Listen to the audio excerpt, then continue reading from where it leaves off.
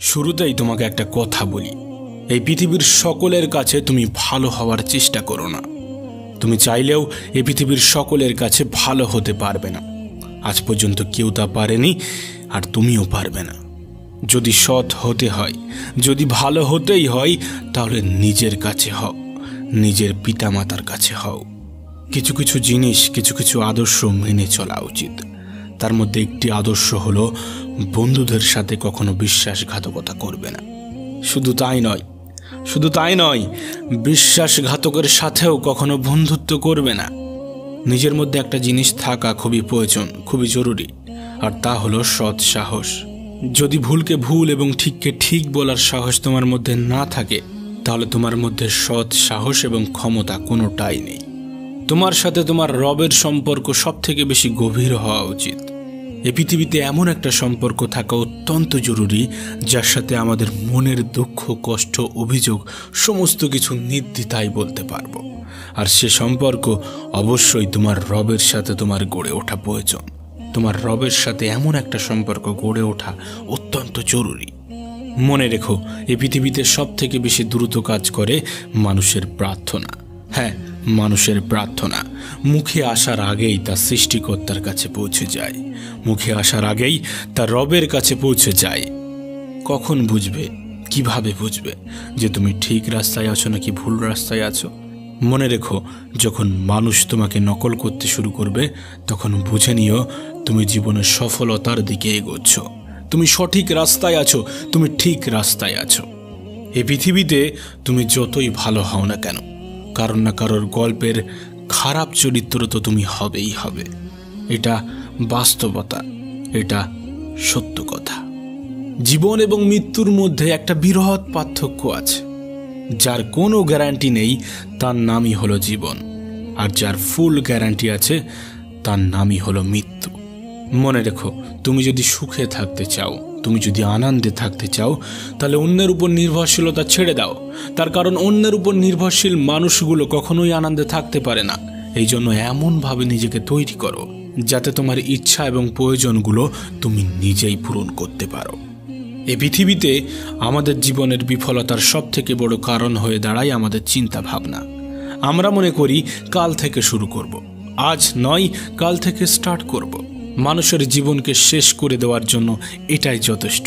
প্রিয় ভাই আমার, যদি তুমি সফল হতে চাও, তাহলে কাল নয়, আজ থেকে শুরু করতে হবে, এখন থেকে শুরু করতে হবে। আজ থেকে শুরু করব, এখন থেকে শুরু করব, এটা একজন সফল ব্যক্তির লক্ষণ। আর তুমি যদি সফলতা পেতে চাও, এ লক্ষণ তোমার মধ্যে ফুটিয়ে তুলতে হবে, এ লক্ষণ তোমার মধ্যে জাগিয়ে রাখতে হবে। একটা বইয়ের কাভার পেজ দেখে যেমন বইয়ের ভিতরে কি আছে তা জাজ করা উচিত নয়, ঠিক তেমনি মানুষের চেহারা দেখে সেই মানুষটাকে জাজ করা উচিত নয়। তার কারণ মনে রেখো, চেহারার তুলনায় বড় মুখোশ এ পৃথিবীতে আর কিছু নেই। মনে রেখো, নিজেকে সুখে রাখার দায়িত্বটা নিজেকেই নিতে হবে। হ্যাঁ, সবার থেকে পরামর্শ নিও, কিন্তু সেটাই করো যেটা তোমার মন তোমাকে নির্দেশ দেয়, সেটাই করো যেটা তোমার মন তোমাকে পরামর্শ দেয়। এ পৃথিবীতে সফল ব্যক্তিরা কখনো ভাগ্যের উপর নির্ভর করেনি। তাই তুমি যদি সফল হতে চাও, তাহলে ভাগ্যের উপর নয়, পরিশ্রমের উপর নির্ভর করতে শুরু করো। সেদিন দূরে নয় যেদিন তুমি সফলতার স্বাদ গ্রহণ করবে। শোনো প্রিয় ভাই আমার, যদি তুমি সত্যিটাকে সত্যি এবং মিথ্যাটাকে মিথ্যা বলার সাহস রাখো, তাহলে তোমার বন্ধুর সংখ্যা একটু কম এবং শত্রুর সংখ্যা একটু বেশি হবে। এটাই স্বাভাবিক, এটাই বাস্তব, এটাই সত্য। মনে রেখো, কাউকে না চিনে তাকে বিশ্বাস করা এবং পরিশ্রম ছাড়া কোনো কিছুর আশা করা, উভয় ক্ষেত্রেই বিশ্বাস ভাঙার সম্ভাবনা প্রবল। তোমাকে আগেও বলেছি, এখনো বলছি, সকলের মন জয় করতে চেও না। অপরকে ইমপ্রেস করার কোনো প্রয়োজন নেই, বরং নিজেকে নিজে ইমপ্রুভমেন্ট করতে থাকো। মানুষ নিজে থেকেই ইমপ্রেস হয়ে যাবে। না, সময়টা এখনো ফুরিয়ে যায়নি, এখনো সময় আছে। আর এই সময়টা তোমার। তুমি চাইলে সময়টাকে সোনার মতো মূল্যবান বানাতে পারো, আবার তুমি চাইলে সম্পূর্ণ সময়টা ঘুমিয়ে কাটিয়ে দিতে পারো। এটা তোমার উপর নির্ভর করছে তুমি তোমার সময়কে কোথায় ইনভেস্ট করবে। অবশ্যই সময় তোমারও মূল্য দেবে যদি তুমি তার সঠিক ব্যবহার করো। কিছু কিছু অভ্যাস নিজের মধ্যে তৈরি করতে হবে। যেমন কোনো খারাপ কাজ করার চিন্তা হলে সেটা পরের জন্য পিছিয়ে দিতে হবে। আজ নয়, কাল হবে, পরশু হবে, পরে হবে, এমনভাবে সেটাকে এড়িয়ে যেতে হবে। আবার কোনো ভালো কিছু করার চিন্তা হলে সেটা তক্ষুনি সেই মুহূর্তেই করে ফেলতে হবে। মনে রেখো, তুমি তোমার জীবনকে কেমনভাবে চালিত করবে সেটা তোমার উপর নির্ভর করছে। তুমি তোমার জীবনকে কেমনভাবে পরিচালনা করবে সেটা তোমার উপর নির্ভর করছে। আর এই সবগুলোর উপরেই নির্ভর করে তোমার জীবনের সফলতা। মনে রেখো, তোমার জীবনের রিমোট কন্ট্রোল কিন্তু তোমার হাতেই আছে। উপরওয়ালার হাতে আছে, কিন্তু সেটা তিনি তোমার হাতেই দিয়ে রেখেছে। অনেক সময় পরাজয় স্বীকার করতে মন চাইবে, কিন্তু পরক্ষণে নিজেকেই নিজে মনে করিয়ে দিতে হবে অনেকগুলো মানুষকে এখনো ভুল প্রমাণ করতে বাকি আছে, অনেকগুলো মানুষকে এখনো জবাব দিতে বাকি আছে, অনেকগুলো মানুষের চিন্তা ভাবনা পরিবর্তন করতে বাকি আছে।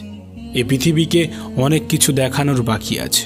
হ্যাঁ, নিজেকেই নিজে মোটিভেট করতে হবে। এ সমাজটা একটু অন্যরকম, এ সমাজের মানুষগুলো একটু অন্যরকম। সময়টা এমন হয়ে গিয়েছে, সমাজটা এমন হয়ে গিয়েছে যে একজন মানুষের সরলতা অন্যরা বোকামি বলে মনে করে। তুমি কিন্তু আলাদা, তোমার চিন্তা ভাবনা কিন্তু আলাদা। সেই সকল মানুষ যারা নেগেটিভ চিন্তা রাখে তাদের থেকে নিজেকে আলাদা রাখার চেষ্টা করতে হবে। এছাড়াও আরও দু একটা জিনিসের উপরে তোমার ধ্যান রাখতে হবে, যেমন অহংকার। অহংকার খুবই বাজে একটা জিনিস। মানুষের পতনের সব থেকে বড় কারণ হয়ে দাঁড়ায় এই অহংকার। মনে রেখো, নিজের বয়স এবং টাকার উপরে কখনো অহংকার দেখিও না, কারণ যা কিছু গোনা যায় সেটা একদিন শেষ হয়ে যাবে। নিজের জীবনের উপরে কখনো রাগ দেখিও না, তার কারণ তোমার মতো জীবন পাওয়াটা হয়তোবা অন্য কারোর স্বপ্ন। জীবনটাকে এতটাও সস্তা করে তুলবে না যাতে কেউ এসে তোমার জীবনটাকে নিয়ে খেলার সাহস পায়। শেষে একটা কথাই বলবো, জীবনটাকে দুইভাবে উপভোগ করা যায়, জীবনটাকে দুইভাবে উপলব্ধি করা যায়। এক, যেটা তোমার সেটাকে অর্জন করো, যেটা তোমার সেটাকে অর্জন করো। দুই, যেটা তোমার কাছে আছে সেটাকে পছন্দ করতে শুরু করো। এবং সর্বোপরি নিজের প্রতি বিশ্বাস রাখো। বিশ্বাস রাখো নিজের উপর, নিজের রবের উপর।